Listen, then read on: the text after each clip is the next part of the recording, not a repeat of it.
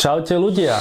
Predpokladám, že takmer každý z vás si uvedomuje, že naše zdravie je pre nás veľmi dôležité, no a preto existujú rôzne ochranné pomôcky, ktoré nám napomáhajú to naše zdravie si chrániť. V týchto ťažkých časoch uradovania koronavírusu, kedy nie je možné ísť ani do kaderníctva či k barberovi, je otázka ochrany nášho zdravia na prvom mieste. A preto si veľké množstvo 3D tlačiarov po celom svete tlačilo rôzne ochranné pomôcky, ktoré by nás mohli chrániť proti vírusom. Som si vedomý toho, že toto video tu malo byť o mnoho skôr, takže sa vám ospravedlňujem za meškanie, ale nie všetko sa dá urobiť podľa toho, ako by sme chceli. V tomto videu sa vám teda pokúsim aspoň zhruba ukázať, aké ochranné pomôcky sa dajú vytlačiť, a hlavne poukázať na riziká, ktoré môžu vzniknúť pri ich používaní, pretože ľudia si málo kedy uvedomujú, akých chýb sa dopúšťajú. A to nevravím o tom, ako málo nás chránia bežné rúška v porovnaní s riadnou ochrannou maskou, ktorá je korektne tesná a dochádza k vdychovaniu už prefiltrovaného alebo nazvime to bezpečného vzduchu, kdežto pri obyčajnom látkovom rúšku je netesnosť extrémna. Ale to už je téma na inú debatu, tak sa radšej poďme pozrieť na naše 3D vytlačky.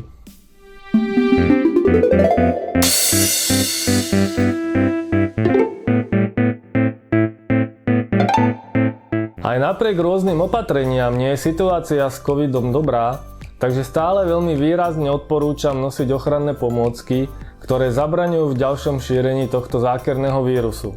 No ale keď sa vrátim k začiatkom vypuknutia covidovej pandémie, tak by som rád spomenul, že vtedy sa celosvetová skupina 3D tlačiarov dala dokopy a vytvorila niekoľko veľmi vydarených štítov, ktoré sa tlačili ozaj vo veľkom dennodenne.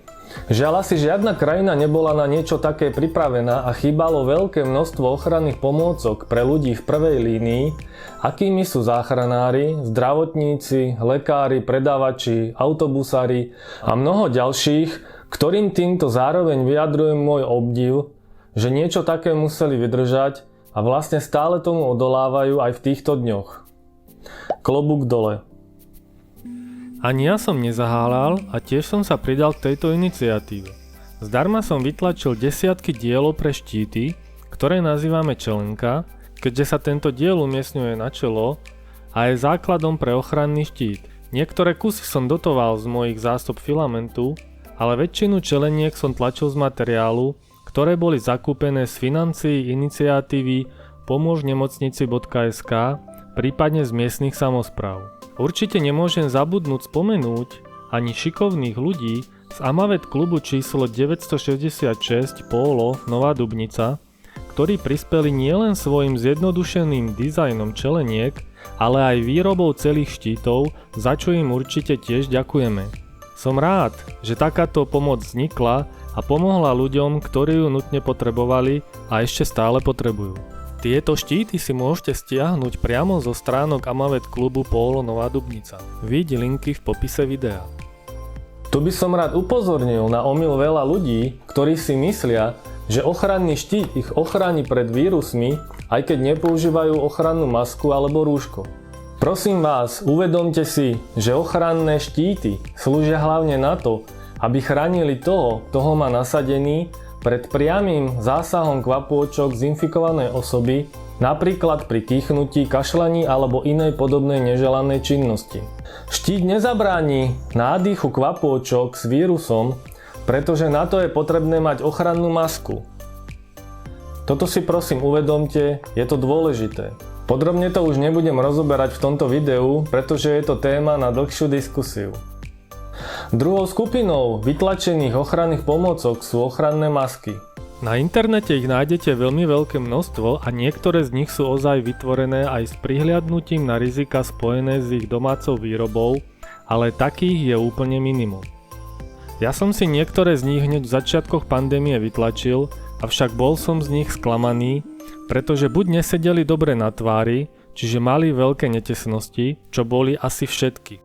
Takže ak to niektoré z týchto dizajnov umožňovali, tak som si ich musel prispôsobiť, aby boli ozaj tesné. A áno, je možné vytlačiť ich aj z flexibilného materiálu, ale tlačiť z ozaj mäkkého filamentu nedokáže každá FDM FFF tlačiareň, Takže takáto alternatíva nie je úplne jednoduchá. Jedným z vydarených prípadov, ako masku zatesniť, je použitie gumenej rukavice, ktorá vytvára veľmi dobré tesnenie okolo tváre a zároveň rieši aj tesnosť samotnej masky, na čo chcem veľmi dôrazne upozorniť. Výroba ochranných masiek pomocou FDM, respektíve FFF 3D tlače, je spojená s veľkým rizikom v tom, že pri tlači vznikajú rôzne poruchy ukladania materiálu, akými sú teda hlavne prerušenia vytláčaného filamentu, čím v stene masky vzniknú malé otvory a to je samozrejme problém, pretože vtedy sa nedá hovoriť o dobrej tesnosti. Preto je potrebné buď otvory niečím zatesniť, alebo použiť ďalšiu vrstvu, ktorá zatesnenie vytvorí, ako už bolo spomenuté. Samozrejme, nakoniec sa dostávame k filtru, pretože v maske je potrebné cez niečo dýchať, takže pri ozaj dobre zatesnenej maske je vhodné mať riadny filter, ktorý zachytí aj vírusy. Viac o filtroch uvidíte neskôr. Ďalšou výhodou 3D vytlačenej masky je, že okrem prispôsobenia vnútorného tvaru masky na našu tvár si môžeme prispôsobiť aj vonkajší dizajn, kedy si hlavne tí zručnejší môžu vyrobiť masky, ktoré vydávame vo filmoch alebo v hrách. Čiže v jednoduchosti povedané, že z cosplayovej masky si môžeme vytvoriť aj ochrannú masku. Tu upozorňujem, aby ste nepoužívali rôzne dizajnové masky ako ochranné, pretože väčšina z nich sú pravdepodobné len na okrasu a nie na ochranu. Určite sa dá v čase núdze vytlačiť aj viacero ochranných či inak nápomocných 3D vytlačkov, ako napríklad pomôcka pre výrobu popruhov pre rúška, ktoré v začiatkoch pandémie boli v celku prínosné.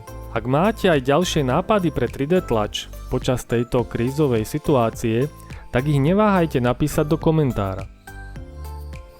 A aby sme sa trochu pozreli aj na skutočné ochranné pomôcky, teda konkrétne na bežne dostupné ochranné masky, tak som vybral aspoň 3 rôzne, s ktorými som sa doteraz nejako dostal do kontaktu. Veľmi veľa z nás chce pri kúpe ušetriť a aj preto skúšame objednávať veci z Ázie, hlavne teda z Číny, kde je cena veľakrát až neuveriteľne nízka. Pravdepodobne aj z toho dôvodu sa ku mne dostala jedna taká maska, ktorá mi prekvapivo priateľne sedí na tvári, celko prekvapivo tesní. Teda pri dostatočnom dotiahnutí popruhov, avšak netuším, aké parametre má filter, keďže návod je zjavne po čínsky a ja aj tak moc neverím tým ich parametrom, pretože oni dokážu do popisu produktu napísať hocičo. Preto si dávajte pozor na podobné zázračné produkty z Ázie. Poslednou ochrannou maskou, na ktorej 3D tlači prototypov som sa aj ja podieľal, je takáto veľmi vydarená maska. Teda aspoň na mojej tvári sedí dobre a rovnako aj na tvárach mojich známych. Samozrejme nemusí sedieť každému, pretože zrovna táto varianta je skôr pre bežné mužské tváre a ďalšie veľkosti masky, ktoré sú okrem iného určené aj pre ženy, sú aktuálne v príprave výroby, respektíve všetko záleží od dopytu. Táto tesní hneď. A toho ešte si môžem stále viacej dotiahnuť. Výhodou tejto masky je okrem spomenutej veľmi dobrej tesnosti aj príjemný materiál, kde sa jedná o vysoko kvalitný silikón pre potravinárske účely a samozrejme aj pre styk s pokožkou.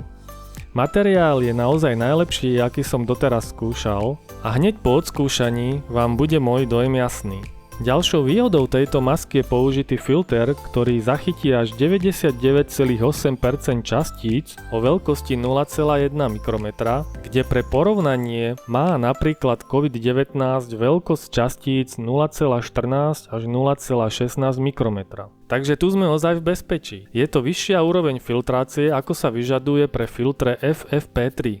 Ešte musím spomenúť jednu praktickú výhodu tejto masky, ktorou je telefonovanie, kedy druhá strana ozaj veľmi dobre počuje, čo hovorím, pretože výduchy masky smerujú rovno do mikrofónu mobilného telefónu.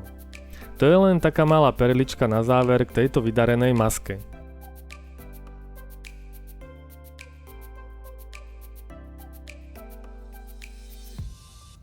Linky a ďalšie informácie k uvedenému nájdete v popise tohto videa. Rád by som tu spomenul, že nikoho z vás nenabádam k výrobe niečoho, čo by vás mohlo ohroziť a so zdvihnutým prstom upozorňujem na riziká s tým spojené. A nezabudnite na to, že veci, ktoré si vyrobíte, používate na vlastné riziko. Na uvedenú problematiku som nerobil žiaden výskum a video vychádza len z môjho bežného pozorovania, takže uvedené informácie berte len ako rady a nie ako overený zdroj informácií. Vždy si skutočnosti preverujte sami a neverte všetkému, čo je na internete. Ak ste video dopozerali až sem a páčilo sa vám, tak mu nezabudnite dať like, za čo vám veľmi pekne ďakujem. Určite nezabudnite napísať vaše postrehy do komentárov a prihlásiť sa na odber ďalších podobných videí. Takže buďte kreatívni a majte sa fajn. Váš 3D guru Juraj. Čaute.